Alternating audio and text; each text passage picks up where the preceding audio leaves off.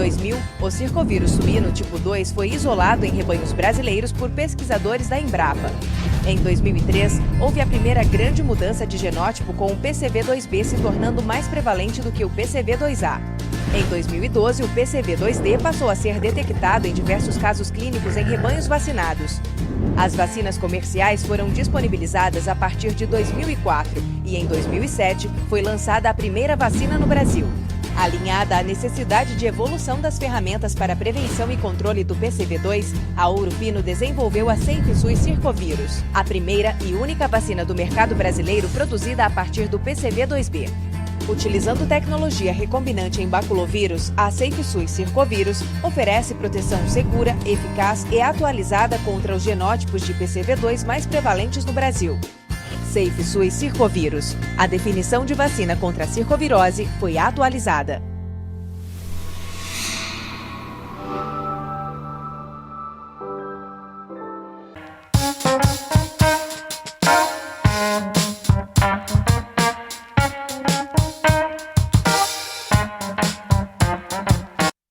Boa tarde!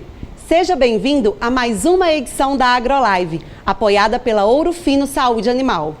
Hoje falaremos sobre os desafios do câmbio no Brasil pós-Plano Real. A apresentação é do consultor da ASENG e médico veterinário Alvimar Jales. Você pode enviar perguntas e comentários pelo chat no YouTube. Então, vamos dar início a mais uma AgroLive. Boa tarde, Alvimar. Boa tarde, Lorena. Agora é com você. Muito obrigado. Boa tarde, pessoal. Vamos começar mais um bate-papo, né? Nosso bate-papo mensal. Hoje aqui tomando uma aguinha na canequinha da inovação da Suvap,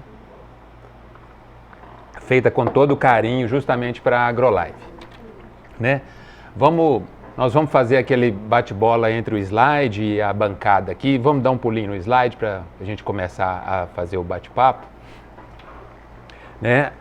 A nossa patrocinadora desse mês é a Ouro Fino. Os nossos agradecimentos à Ouro Fino por acreditar nessa transmissão de conhecimento e de informação, né, patrocinando a AgroLive. Desde da última AgroLive, a OS3 já tinha, como diz, trocado a nossa roupa aqui nos slides, e a gente esqueceu de comentar o agradecimento aos três pela rapidez e presteza aí de ajustar o figurino da AgroLive. Então, essa quarta aqui, nós vamos falar sobre o câmbio, né?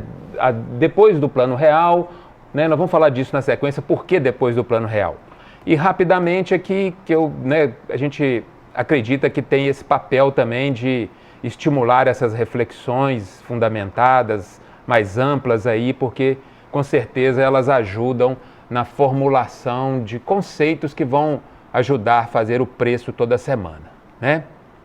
E eu quero começar falando com você sobre o que é esse elo com o futuro. Elo com o futuro, né, é uma frase que eu aprendi com o professor Maurício Lima, né, é aquele propósito que você faz com você mesmo a partir do que você absorver com essa apresentação, né? A nossa conversa aqui vai gerar em vocês algumas reflexões e lá na frente, na hora que vocês se depararem com a vida real, vocês vão se lembrar delas, né, e vão utilizá-las, mesmo que de modo meio inconsciente. Então eu já convido vocês a prestarem bastante atenção e procurarem reflexões aí que vão ajudar vocês lá na frente. Né? Quando a gente fala de câmbio, sempre há uma expectativa de que a gente vai falar de um câmbio num determinado momento, num tempo, mas a gente tem juízo suficiente para isso, né? Ou para não fazer isso, né? Esse aqui é o Edmar Baixa, é um economista famoso, participou do Plano Real, está no mercado aí há muito tempo. Ele deu uma entrevista para o Jornal do Brasil e falou essa frase famosa aí, essa frase circula até hoje, né? Que o câmbio é realmente muito flexível e de difícil determinação. Ele acha que, fez até essa brincadeira que foi feito só para humilhar os economistas, né? Vou mostrar para vocês o que é que o Boletim Focus, né? Nosso presidente da ASENG, até João, me perguntou ontem se eu ia falar do câmbio no final do ano, me ajudou a inspirar a fazer esse slide aqui. Boletim Focus, não sei se vocês sabem, é do Banco Central do Brasil, onde que casas de análise, né, os economistas do mercado, colocam lá as previsões, tá certo? Para uma série de variáveis e entre elas o câmbio. Então vamos ver o que eles falam, né? Eu nem preciso de tentar arriscar o câmbio do final do ano, não. É só dar um pulinho lá no Focus, que tem previsão bastante à vontade lá, né? Então vamos ver o que aconteceu em dezembro de 2019, que o câmbio fechou em 4,10, né? Em junho de 2018, quando surgiu a primeira previsão, a previsão era de 3,69. Junho de um ano depois foi para 3,94 e lá o final foi 4,10. Para dezembro desse ano, a primeira previsão que surgiu era 3,85. Nós vamos voltar a falar disso, né? Não tinha um choque no horizonte, não tinha uma max desvalorização no horizonte. Em junho já era 5,50, muito compatível com o câmbio que estava ali naquele momento, né? E hoje, se você for lá no Focus, o câmbio vai estar lá a previsão de 5,25. Isso é só para ilustrar como é difícil, não é objetivo nosso. O microfone tá bom, pessoal? Isso aqui não é retorno não, né? Então é isso, pessoal. O câmbio é realmente uma variável de difícil mensuração, mas isso não nos impede de passar por uma série de coisas que acontecem com ele que podem nos ajudar no negócio aqui, tá certo? Rapidinho, né? Não vamos esticar isso nada. Só uma frase, né? O dinheiro é a crença coletiva, né? É o abstrato mais concreto que existe no mundo, né? Então, o dinheiro hoje nem é mais lastreado por ouro nos bancos centrais. O dinheiro realmente é uma métrica aí das economias, ou seja, isso tudo realmente são expectativas, né? É confiança, são expectativas. Então, realmente, a coisa é baseada na crença, viu, pessoal? E aí nós vamos falar sobre isso aqui hoje, né? Sobre o dólar index, que é o câmbio no mundo, sobre a questão da balança comercial, doença holandesa, os juros, né? Equilíbrio fiscal, política e bem-estar. Algumas coisinhas aí para já tocar vocês. E essa vai ser o nosso índice, né? Nós vamos passar por a live vai ter essa sequência aqui, né? E a primeira coisa que eu quero conversar com vocês, essa questão do dólar como referência de inflação, né?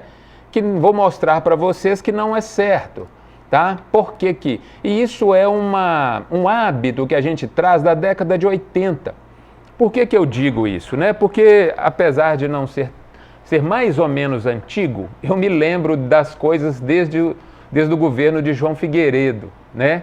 E até ali no plano real, a nossa inflação era tão forte, tão intensa, que a gente se acostumou a fazer conta em dólar como medida de inflação. Só que depois, então a gente costuma fazer isso ainda hoje, né? O suíno estava tantos dólares, o milho estava em tantos dólares. Como métrica do passado, pessoal, não tem valor.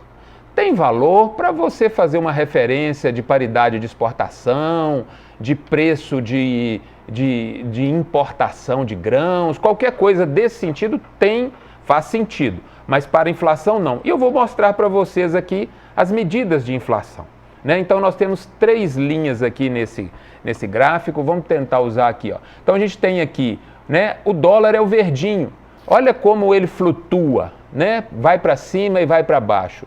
O IPCA, que é a inflação do consumidor, pessoal, é essa linha azul, você percebe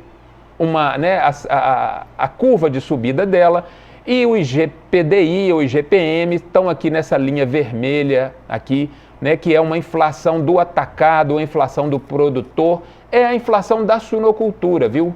A inflação do supermercado é azul, a inflação da suinocultura é vermelha, né? E o dólar é verde.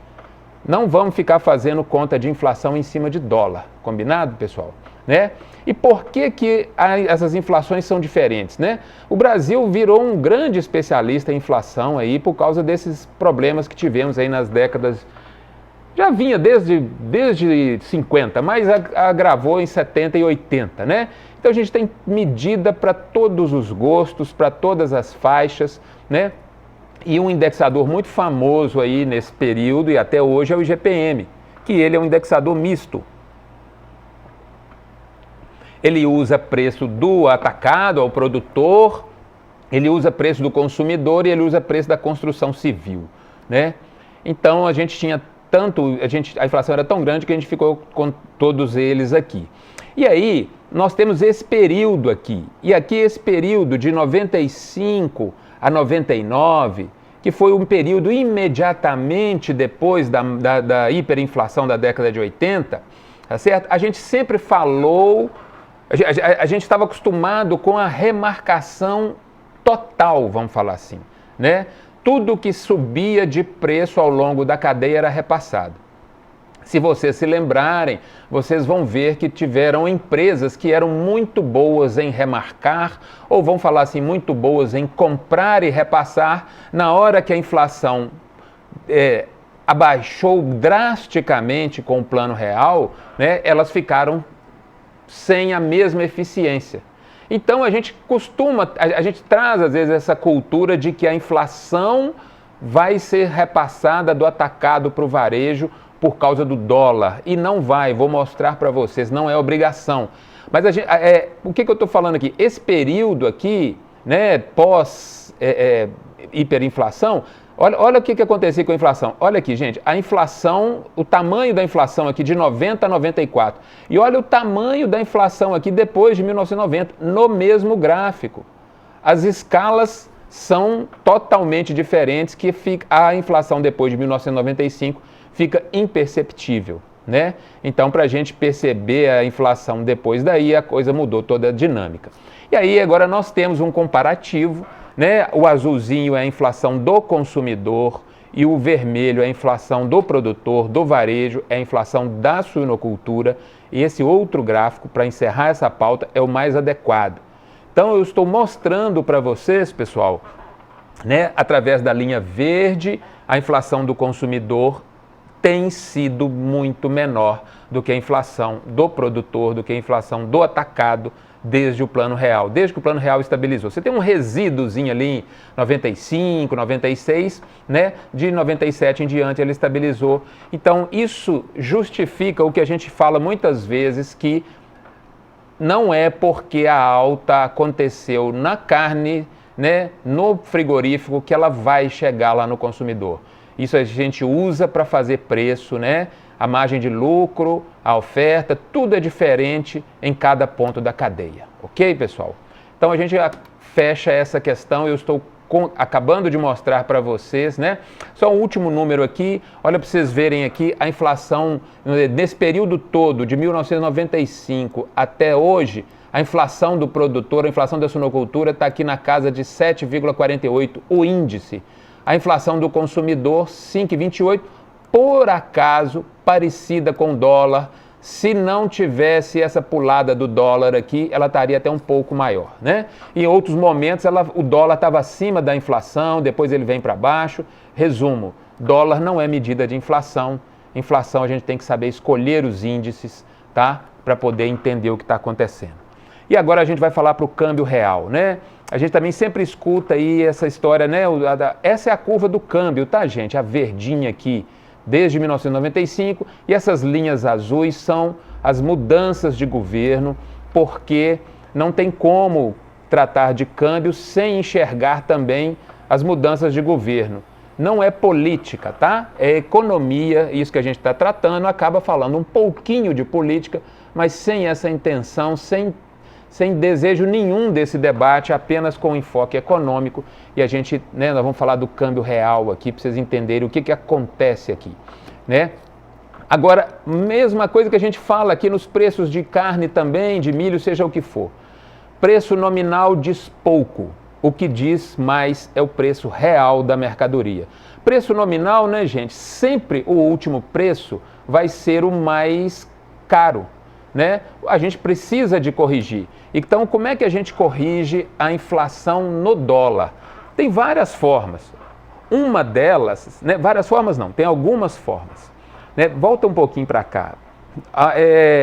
Então, vamos dizer, se você for nos sites de pesquisa, você vai ter lá um dólar real, um câmbio real com uma cesta de moedas.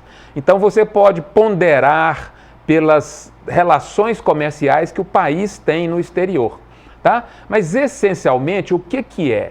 É pegar o câmbio, dividir pela inflação, né? E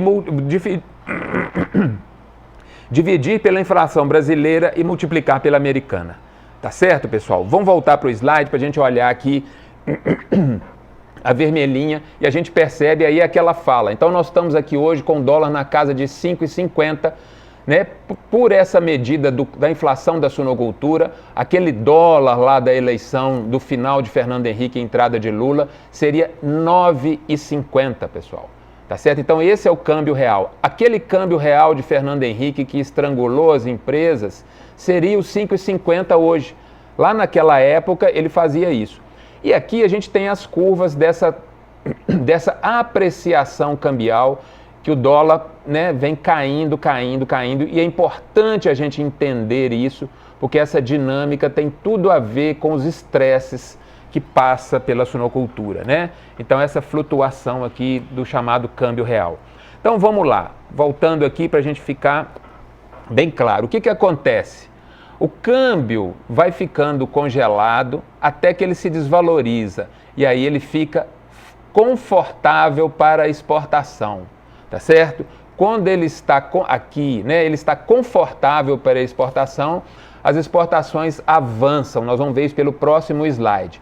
E aí começa a vir muito dólar, né, para o Brasil e o real fica valorizado, o dólar enfraquece, o real fica apreciado e aí começa a comprometer novamente o câmbio. Eu lembro, viu, pessoal, falei que brincando aqui que eu lembro de João Figueiredo, no final desse estrangulamento aqui, dessa max desvalorização de Fernando Henrique, até carvão vegetal estava sendo importado. Era mais barato comprar carvão vegetal para churrasco fora do Brasil que aqui dentro, né? E isso vai fazendo um estrangulamento na economia que não é bom, né? Então, vendo aqui, o que acontece? Nós temos aqui essas linhas verdes e vermelhas, que são as linhas de exportação e importação, e aqui azul, saldo comercial, né? Então a gente vê aqui, naquele dólar que ele deu aquele pico lá de Lula, o que aconteceu? Ele destravou as exportações brasileiras, tá? E aí elas foram crescendo e foi produzindo esse azul aqui acima do zero, né? Acima do zero aqui, ó, que é o saldo da balança comercial. Começa a entrar dólar no Brasil e aí, infelizmente, ele vai se apreciando novamente e esse azulzinho começa a minguar, começa a fazer déficit na conta comercial e depois a gente cai numa outra max desvalorização, numa outra turbulência dessa, tá certo?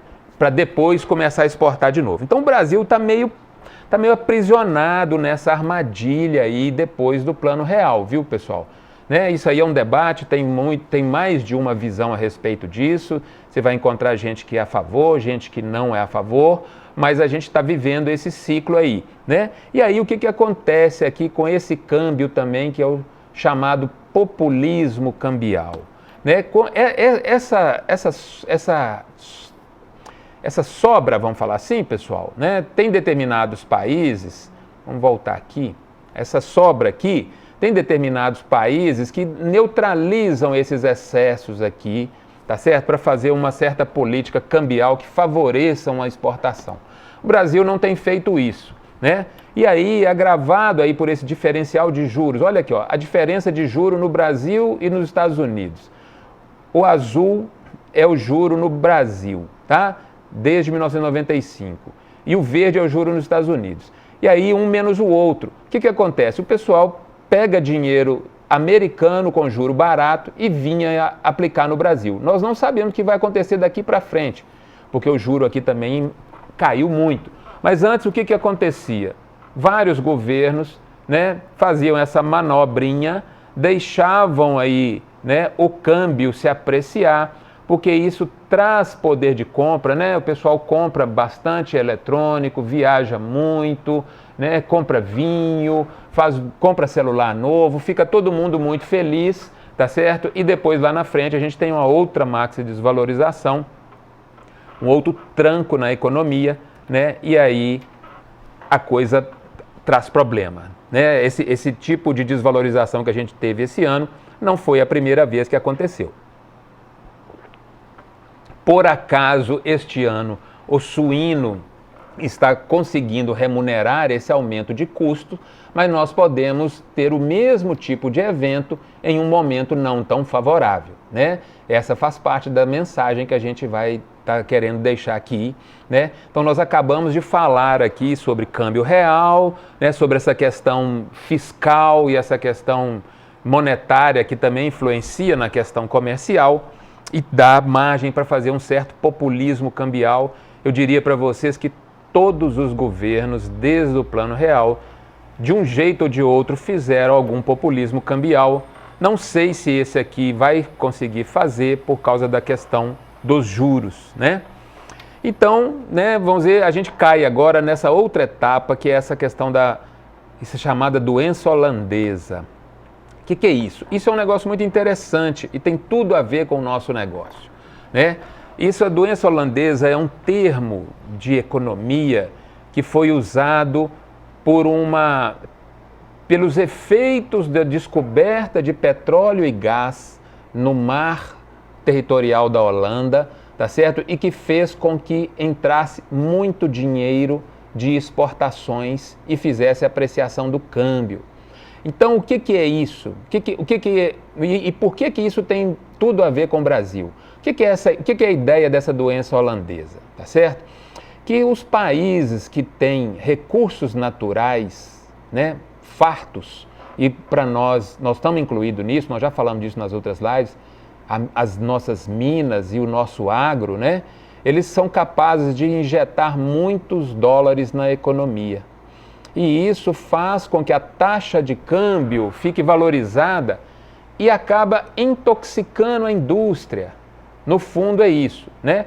Vamos falar o seguinte, a eficiência da parte básica da economia, mineração, né, no caso da Holanda, no Brasil, mineração e agro, ela tende a colocar o câmbio numa taxa de equilíbrio que não é boa para a indústria. E se a gente olhar aqui, né, a balança comercial brasileira desse ano, já desse último mês, a gente está vendo aqui, ó, produtos animais, vegetais, minerais, tudo em azul.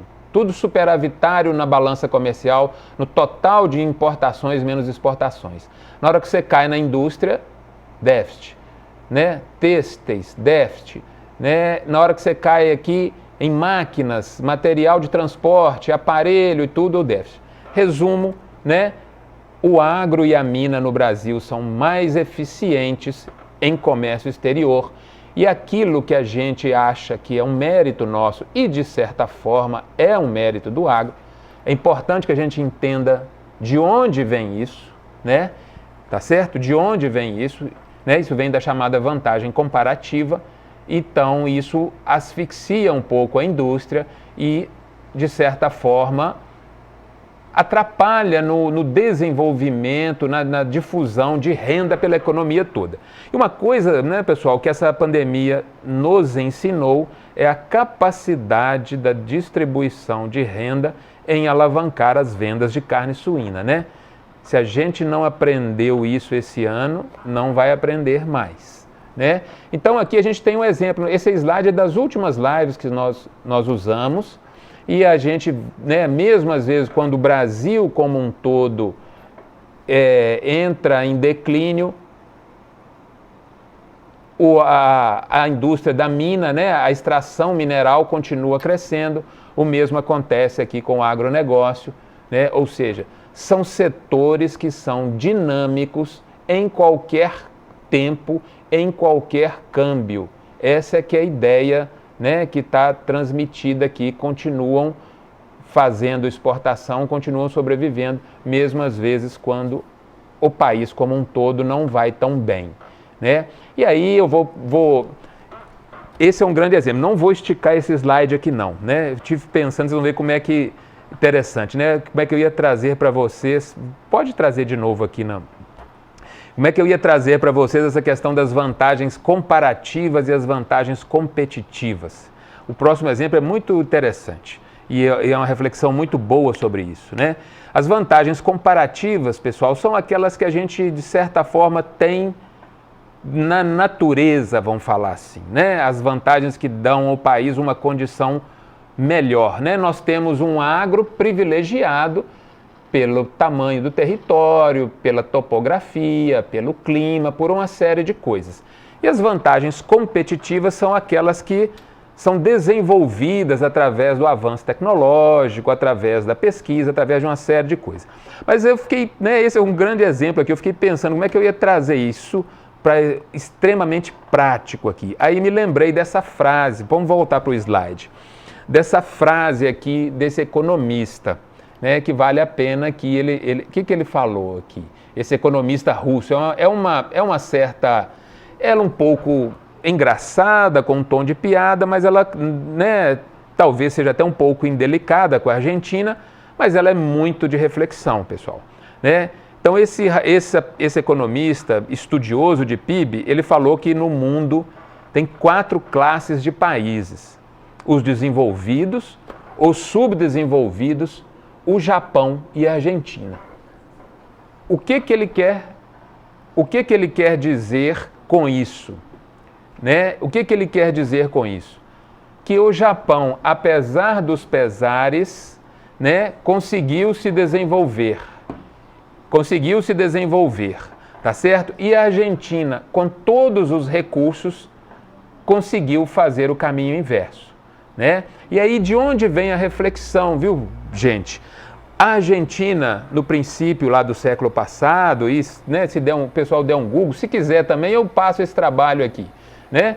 Mas se você der um Google, você vai ver que a Argentina tinha com a Inglaterra, que era a potência da época, uma relação muito semelhante à que a gente tem com a China, que é a potência emergente desse momento. Que relação é essa? Complementaridade de produtos, né, nossos industrializados deles. A Argentina era o país com a 9ª renda per capita do mundo, um país com bem-estar, um país desenvolvido. Não sei se vocês sabem, ontem eu estava vendo, no Uruguai as casas de câmbio não aceitam o peso argentino. Tem cotação para o real, para o dólar, e o peso argentino eles colocaram força. Então fica aí, gente, uma reflexão que mesmo com todas as condições de se desenvolver, se a gente não fizer boas escolhas, né, a gente pode perder essa condição, né? A Argentina é um exemplo vivo disso. Então, o que é? É a diferença entre as vantagens comparativas e as vantagens competitivas, né? O Japão foi desenvolvendo a sua tecnologia, a liderança japonesa, a sociedade japonesa foi construindo a partir da Segunda Guerra um caminho que o levou à situação hoje. O mesmo fez a sociedade argentina, a liderança argentina, foi fazendo escolhas e que terminaram, né? Terminaram não, né? Porque nada é definitivo. Estão nesse ponto que está hoje, né? E aí fica uma reflexão para a gente como líder do ponto de vista do agro, né, no Brasil, quais são os caminhos que a gente vai escolher para frente.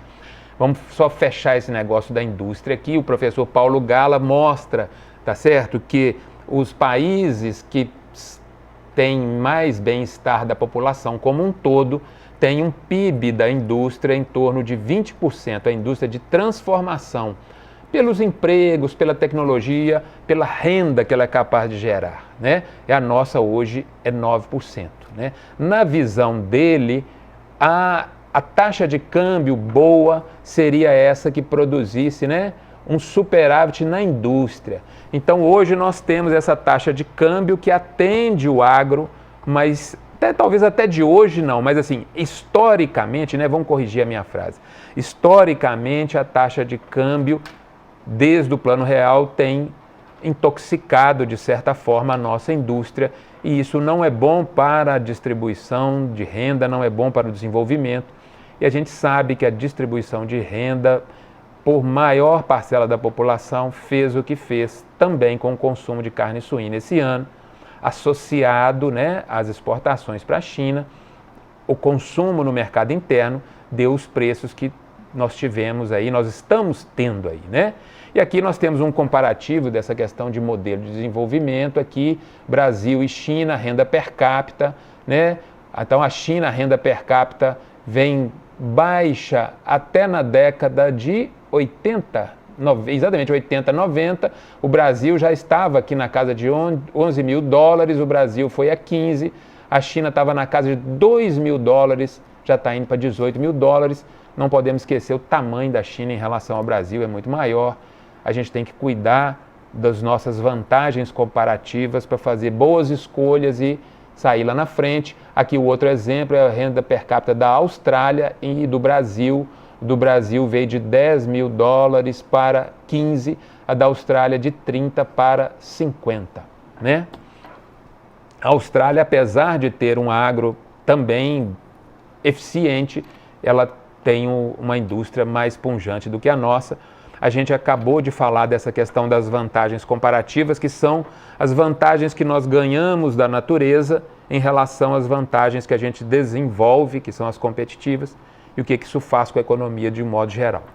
Vamos falar agora de uma outra questão importante também, para vocês levarem sobre o câmbio, que é a história das reservas no Banco Central, que servem para atenuar as flutuações.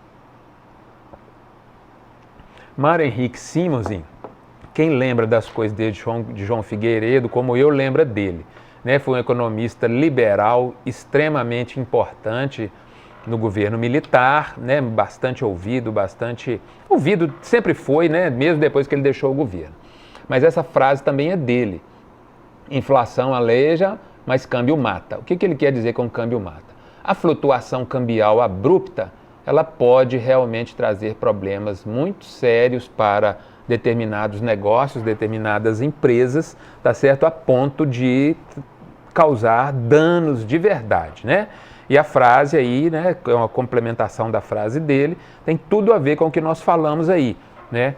Então a gente tem uma tendência natural ao câmbio apreciado e uma posterior marcos de desvalorização. Não é a primeira vez que isso aconteceu, nem é a última, né? E era muito pior, viu? Vou mostrar para vocês agora que era muito pior, era muito mais danoso. E aí a gente fez aqui, né? O país, né, fez. Isso aqui segundo o Kenneth, que é um articulista que escrevia na Veja, hoje ele acho que só tem um blog, né? Ele valoriza essa construção de reserva internacional aqui pelo Banco Central, que foi feita aqui no segundo governo Lula, né?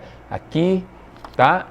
E até aqui, ó, antes era muito mais complicado essa questão de câmbio, ele matava mesmo, porque as flutuações eram muito maiores, tinha que ir para o FMI, e hoje esse nível de reservas, tá, pessoal?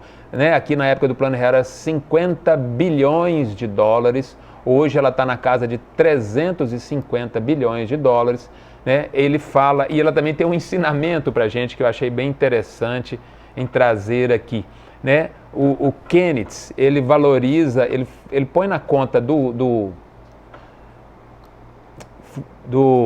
Meirelles, que foi presidente do Banco Central do Brasil, e do Lula, né? Vamos falar aqui, né? Então, ou seja, ele brinca, mas falando sério, que um dos méritos disso foi o Meirelles ser administrador, que o Meirelles levou, né, como se fosse numa empresa, levou e o presidente comprou a ideia, porque até então os presidentes de bancos centrais tinham sido só economistas, né? E aí vamos voltar no slide aqui para ler a brincadeira inspiradora do Kenneth. Enquanto os economistas ficam tentando prever as crises, os administradores fazem caixa para aguentá-las, né? Então isso serve para nós também, serve para, vamos dizer, o negócio, qualquer negócio, seja o negócio da suinocultura, seja qualquer negócio, é muito importante fazer caixa para aguentar as turbulências. Então aqui eu volto naquele slide, né, mostrando para vocês como é difícil prever, tá certo? Como é difícil acertar, inclusive para os economistas, né? E a gente fecha aqui essa história de reserva do Banco Central. Nós vamos falar aqui, e estamos aproximando da conclusão, né, o dólar no mundo. Além de tudo isso que tem no Brasil, a gente também tem que observar o que acontece com o dólar no mundo, né? E isso é fácil, tem esse dólar index, existe, fácil assim, é disponível, não tem nada que seja fácil, tá? Né? Esse dólar index é um índice que ele é feito de que maneira? Né? Ele é uma cesta de moedas e mede a valorização do dólar em relação ao euro, ao iene japonês, a libra esterlina, ao dólar canadense, a coroa sueca e o franco suíço. Nessas proporções aqui, tá certo? E e isso é importante também, porque às vezes o dólar se valoriza ou se desvaloriza a nível mundial e isso serve de estopim para as valorizações abruptas aqui no Brasil. Inclusive, a maxi desvalorização que ocorreu no governo da Dilma foi feita por um estopim do dólar index, tá certo? O dólar se valorizou em relação às outras moedas muito rapidamente. Então é um comentário que, além de observar as questões internas, a gente tem que sempre voltar aqui para o mundo também, né? E aí agora a gente vai, nós estamos juntando essas coisas todas que nós trouxemos para falar dessa predisposição a maxi desvalorizações que a gente tem tido aqui depois do Plano Real. Eu estou trazendo esses slides, foi de uma apresentação que eu fiz lá no simpósio, são os mesmos slides, porque essa é uma ideia, é uma ideia boa eu acho que ajuda no entendimento, né? Tem algumas metáforas que são boas para a gente entender as coisas difíceis, né? As metáforas nos ajudam. Então, nessa palestra, né, que foi muito mais coisa, lá em agosto de 2016, a gente falou essa história do câmbio real. E o que pode voltar aqui para mim, por favor. O que é uma metáfora que eu faço com a questão dos terremotos e das placas tectônicas, né? O que é a questão do terremoto, né? Vamos pegar um exemplo. O Chile é um país que tem terremoto. Ele tem uma predisposição a ter eventos sísmicos, né? Tremor de terra. E aquilo ali, o que acontece? Aquilo vai acumulando, no fundo, como é que funciona? Vai acumulando energia no subsolo, vai acumulando nas placas, e um determinado momento, um determinado evento, aquilo vira um tremor, né? E o país vive sempre sobressaltado por isso. Não é só o Chile, tem outros lugares também, né, que existe essa predisposição, mas ali especificamente tem, né? E o nosso câmbio é meio assim, viu, pessoal? Né? Essa predisposição à valorização pela pujança do nosso agro e da nossa mineração, ela vai sempre apreciando o câmbio, até que ele chega um momento de ruptura e a gente tem uma maxi desvalorização. Vamos voltar aqui na metáfora, no desenho. Eu fiz esse slide lá e disse que é como se a gente estivesse aqui em cima de uma placa tectônica, né?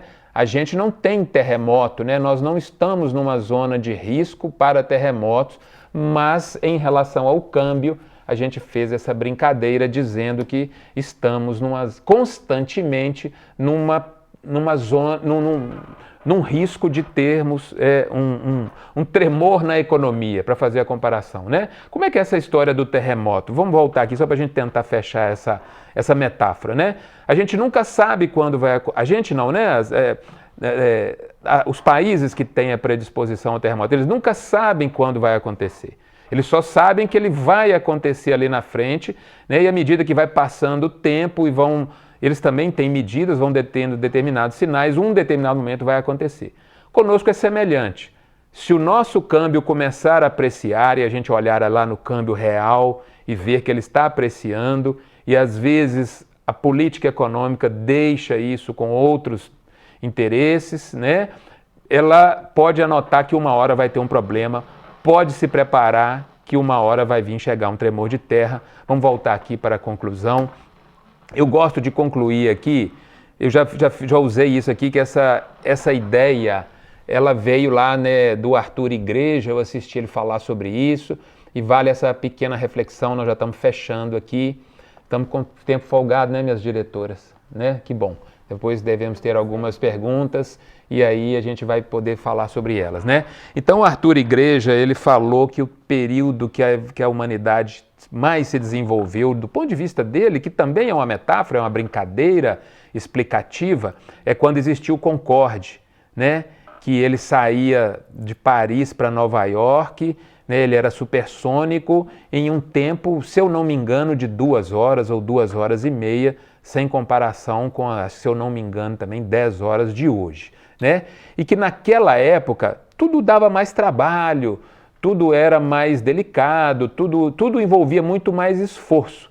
E que a humanidade hoje tem a predisposição a querer soluções em 140 caracteres constantemente, né? E não dá para administrar negócios com a visão do Twitter. Apesar de que o Twitter dobrou para 280 caracteres, né, pessoal? Então agora não só são 140 caracteres mais, né, são 280 caracteres. Brincadeira, viu? Volta para cá, né? Então, assim, é a brincadeira do Arthur Igreja, é que a vida é mais complexa do que a gente tem hoje de hábito e de dia a dia, seja em rede social, seja em Google, né? Tudo é mais trabalhoso, tudo é mais profundo do que a superficialidade que a gente tem hoje. E aí, né, eu diria para vocês, vamos voltar nos slides, que ter os negócios não é fácil, né? Não é simples administrar com risco cambial, não é simples administrar com quebra de safra, não é simples administrar com uma série de questões, mas não é simples para ninguém, para negócio nenhum, né? Então a gente tem que encarar isso e saber quais são de verdade os nossos desafios. E ele, né, eu copiei a ideia dele, estou dando crédito a ele porque eu comprei essa ideia dele. Olha como é que o cara pilotava um Concorde, né? Olha a quantidade de botões e o tamanho do painel que ele tinha para pilotar o Concorde, né? Então não são mesmo possibilidades, né, ter negócios na dimensão que é a suinocultura. Não é algo simples, não é algo fácil, é algo que requer esforço, estudo, dedicação, né, entendimento, e os desafios estão só aumentando, né? Eu vou sugerir para vocês 2 podcasts imperdíveis. Já até passei para as minhas diretoras Lisandra e Lorena, né? O endereço para quem quiser escutar, eu recomendo muito, né? São 2. E você pode me perguntar assim: ô Vimar, qual que você acha dos 2? Qual que é mais adequado para mim? Eu vou te responder: escute os 2 no mínimo 2 vezes. Volta para cá, por favor, aqui, né? Então vamos, né? A gente deu uma cutucadinha na modernidade do Twitter e tudo, né? Mas nada nessa vida tem só lados positivos ou negativos. A gente fez um alerta mesmo, chamando para essa reflexão aí. E o podcast é uma coisa que eu gosto, eu tenho a minha seleção, vou escutando, né? É muito bom de escutar no carro, na caminhada, no exercício, seja onde for. Esses 2 são especialíssimos, tá certo? Eles falam do que para mim é o próximo capítulo da suinocultura, que é você construir proteção para o caixa, proteção para os seus custos. Não estou falando que vocês vão aprender de escutar esses 2 podcasts, mas creio que eles vão tocar vocês vão despertar para o que pode ser feito, né? E é difícil, viu, pessoal? Não estou falando aqui que é fácil, não. Não tem ilusão de 280 caracteres, não, é coisa que demora mais, é difícil. Vamos voltar no slide para a gente dar uma lidinha no slide que vale a pena, né? A questão aqui do Minerva, o Minerva falou claramente nesse podcast, olha que interessante, né? O negócio deles é commodity, eles não são donos do boi, não querem ser dono do boi, não vão verticalizar, não acreditam nisso, não investiram em marcas, escolheram não diversificar as proteínas, decidiram ficar só na América Latina, porque a América Latina é o boi mais barato. Eles diversificaram na América do Sul, Brasil, Argentina, Colômbia, Paraguai, Uruguai, né? Então aí no podcast eles explicam tudo, eles contam as escolhas deles, né? E eu acredito que elas possam inspirar vocês, né? E ele define lá a proteção do fluxo de caixa, né? Porque é assim que se ganha dinheiro com commodities, né? É a fala dele. Na São Salvador Alimentos aqui, e até lembrando da Ouro Fino, né? A Ouro Fino, o José Garrote, que é o dono dela atual, ele participou de uma semana de lives da Ouro Fino, tá lá, se vocês quiserem escutar o Zé Garrote, ele não fala de proteção, por isso que eu não estou sugerindo aqui, né? Mas está lá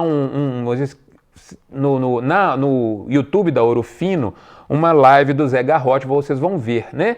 E ele tem um modelo, você pode falar assim, o Minerva Foods é um frigorífico grande, Alvimar, com plantas em outros lugares. A São Salvador começou em Goiás, em 1991, não é muito tempo, tá certo? Com uma cara da suinocultura independente de Minas Gerais, uma cara da suinocultura de Ponte Nova, e é isso que eles fazem lá, né? E ele também conta a história dele é inspiradora. E aí eu vou contar para vocês que a São Salvador começou em 1991, hoje fatura 1,5 bilhão, tá certo? E tem 5.000 funcionários, né? Então, são exemplos inspiradores daquilo que eu acredito que é o nosso capítulo, no próximo capítulo na suinocultura. E vale fazer vamos voltar aqui no apresentador. A gente sempre escuta do mercado futuro, né? E constrói internamente mercado futuro é porque o preço que vai dar lá na frente. Nada disso, né, gente? O mercado futuro não serve para prever o futuro. Nós temos que deixar isso muito claro. Ele te dá oportunidades no presente para você fazer proteção, né? De acordo com seus custos, de acordo com seus balanços. Então é para isso que ele serve, né? Porque senão a gente corre o risco de a gente falar assim, não mexer com esse negócio de mercado futuro não, ele nunca acerta o que vai acontecer lá na frente. Então eu estou dizendo para vocês que ele não serve para prever o futuro, que vai acontecer lá na frente, né? Ele tem esse nome, é um nome adequado, né? Vamos voltar nos slides aqui. Mas o objetivo dele é realmente precificar as incertezas, precificar oportunidades, são canais que ajudam no amadurecimento dos negócios que servem para você fazer proteção. Então ele não serve para prever o futuro. Vamos guardar isso também, que lá na frente, na hora que você encontrar, é aquele elo do futuro ali, né? Esse mercado não acerta nada. Não, ele não está ali para prever o futuro, não, né? Ele te dá oportunidades para você proteger o seu negócio de acordo com as suas informações, viu, pessoal? E isso aí volta naquele slide que eu já trouxe aqui uma vez, né? Que para você fazer boas proteções, se vocês escutarem os podcasts, as experiências de quem já vive isso, vocês vão ver que bons balanços são essenciais, né? Você precisa realmente ter uma história de informações para ter capacidade de decidir bem, decidir com tranquilidade, né? Então é isso aí, nós estamos fechando a conclusão, estamos terminando, né? O elo com o futuro que eu pedi para vocês fazerem, tá? Que é o que vocês vão se lembrar de mim ou dessa live quando vocês se depararem com isso lá na frente, né? E agora nós vamos fechar a conclusão. Esqueça o dólar como referência de inflação. Isso é hábito da década de 80 que a gente tinha, não serve mais para isso. Serve para você fazer paridade, alguma coisa disso, né? O Brasil, da natureza abundante, agronegócio e mineração, tem uma predisposição à apreciação do câmbio, né? Nossa Senhora, de novo uma max desvalorização? É isso aí, pessoal. É o terremoto, né? E muitas vezes a apreciação segue até um ponto de ruptura que ocorre através de uma maxi, que pode ser desconfortável. Desconfortável é uma frasezinha delicada, uma palavrinha delicada que eu achei aqui, né? A mais adequada era mais forte aí, mas deixa isso para lá, né? E aí voltando nas outras, observe o ambiente externo, trabalhe muito o seu ambiente interno do seu próprio negócio. De novo, pessoal, repetindo, cuide da tecnologia, da produtividade, do caixa, dos seus balanços. E uma humilde sugestão, comece a estruturar o seu hedge, a sua proteção, né? Para fechar essa frase aqui desse general que viveu lá em 1831, né? E disse que a pessoa exclusivamente prática, que acredita só na sua energia, no seu talento, né? Ela às vezes é bem sucedida, mas à medida que o tempo vai passando, se você não se estruturar em cima de técnica, né? Se você não se ajustar às novas ideias, você, depois de bem-sucedido, pode não ser mais tão bem-sucedido assim, né? É uma frase, entre aspas, dele, ele viveu nesse período, olha aí, ó, de 780 a 1831. Imagina se ele estivesse vivendo agora, né? É isso aí. Ele também ia ter. É isso aí, pessoal. Então, vamos voltar aqui para as minhas diretoras, tá? Ah, isso. Vamos lá nas perguntas e vamos para essa etapa aí. Voltei para te acompanhar que tem perguntas. Muito bom. Temos perguntas pelo chat do YouTube e temos pergunta pelo WhatsApp. Ótimo. Então vamos dar do chat do YouTube. Que bom. A Camila perguntou: o agro é o setor mais eficiente do Brasil. Ninguém pode negar isso. Por que você não concorda com isso? Aqui, né?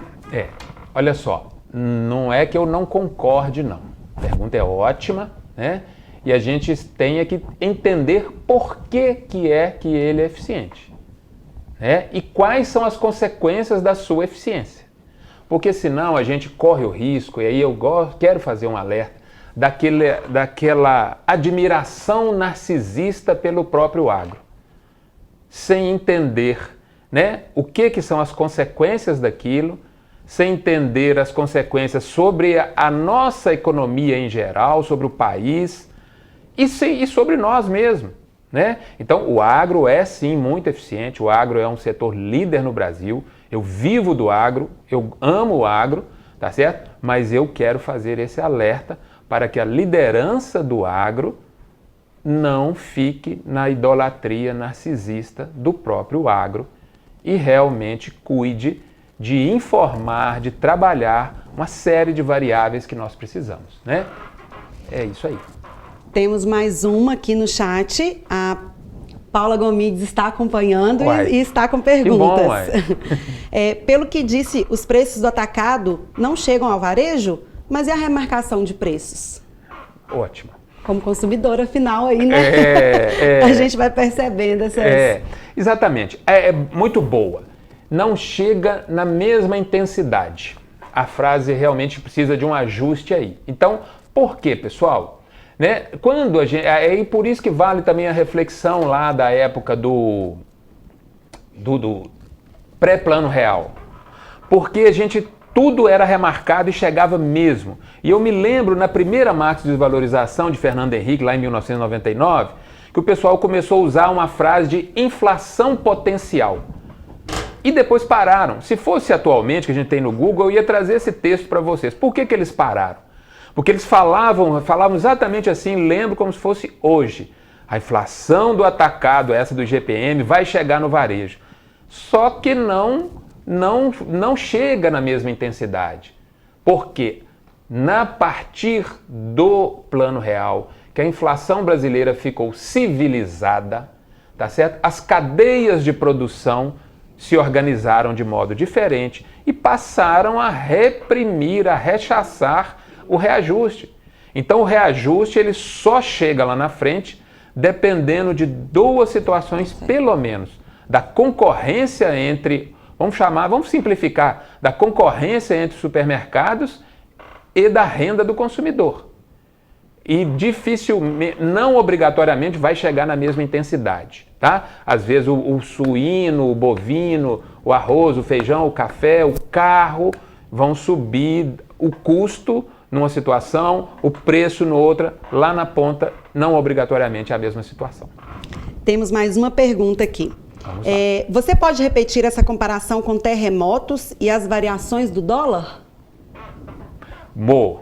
Gosto muito dessa comparação, tá? Por quê? Vamos lá. Olha só, pessoal. Vocês têm negócios estruturados, né? Negócios dependentes do câmbio, dependentes de uma série de coisas. E nós vivemos em um país com predisposição à max desvalorização. O que fazem as pessoas que vivem nos países com predisposição a terremoto? Eles constroem prédios resistentes aos terremotos. Prédios, casas que têm estruturas flexíveis que aguentam os tremores, né? O Chile é um lugar mais próximo, tem outros, mas eu me lembro claramente de uma descrição no Chile de uma pessoa lá falando, né, que depois de um determinado terremoto, se eu não me engano, na década de 70, todas as construções foram diferentes lá no Chile. né? Vamos pegar um exemplo de Ponte Nova. Depois da enchente de 1954, nunca mais teve casa do lado ali, em frente ao Banco do Brasil, ao lado do rio. Então, vamos voltar no terremoto. Se a gente tem predisposição a maxi desvalorizações que podem trazer grande sofrimento ao negócio de vocês, a sugestão é que vocês construam negócios resistentes às maxi desvalorizações. Teve uma que chegou pelo Instagram. Você disse que câmbio valorizado dá votos? Será que é isso que eu entendi direito? É isso aí sim. É isso aí sim, né? Nós temos...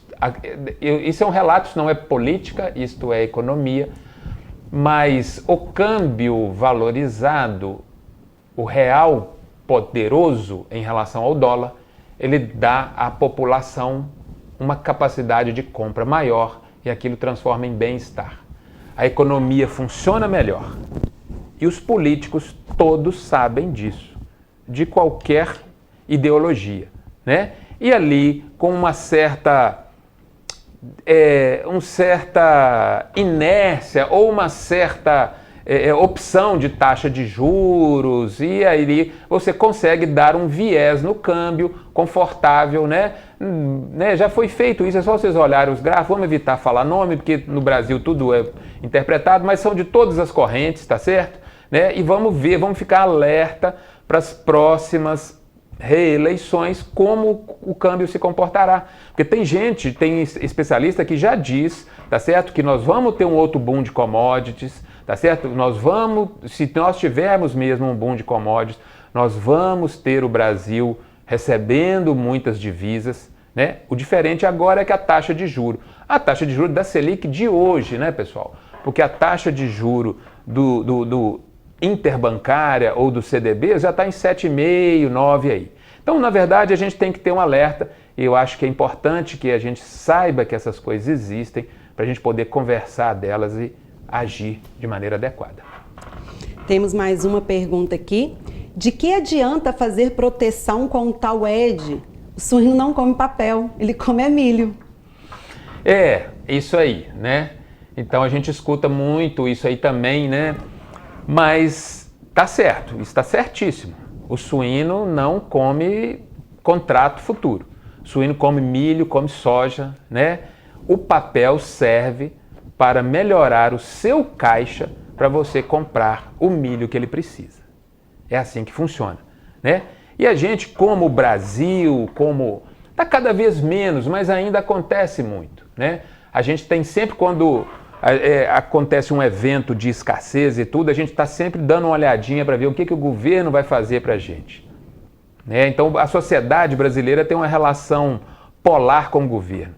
Primeiro, ela culpa ele de tudo e também tem a mania de querer que ele resolva tudo, né? Então a gente, né, essa questão dos mecanismos de proteção, e quando vocês escutarem o podcast que a gente sugeriu, que são pessoas entendidas disso, vocês vão ver, ele visa preservar o seu caixa, né? Você vai ter que comprar às vezes um milho de 60, de 65, sei lá, de 70, não estou falando, estou chutando um número aqui, né?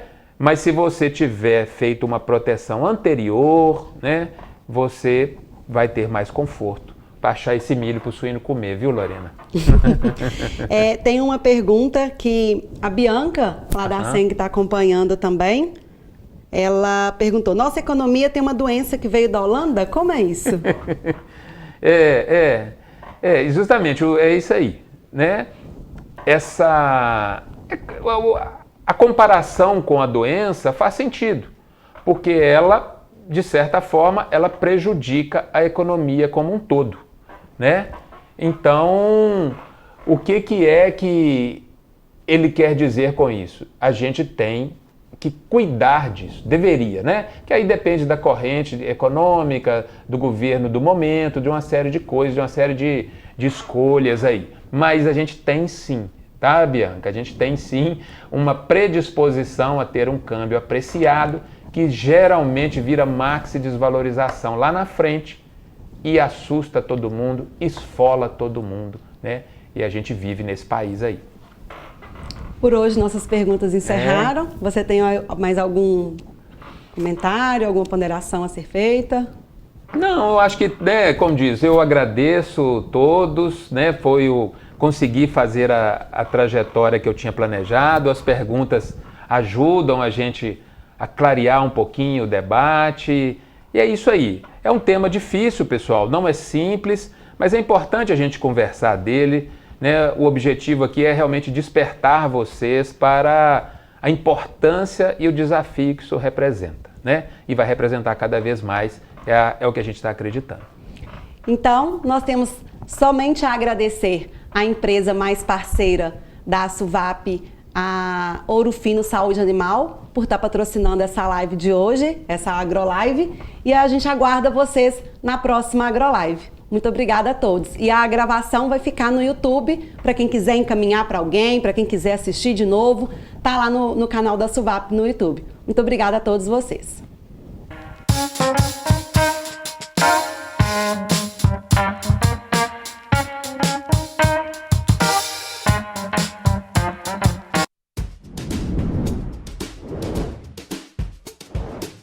Em 2000, o circovírus suíno tipo 2 foi isolado em rebanhos brasileiros por pesquisadores da Embrapa.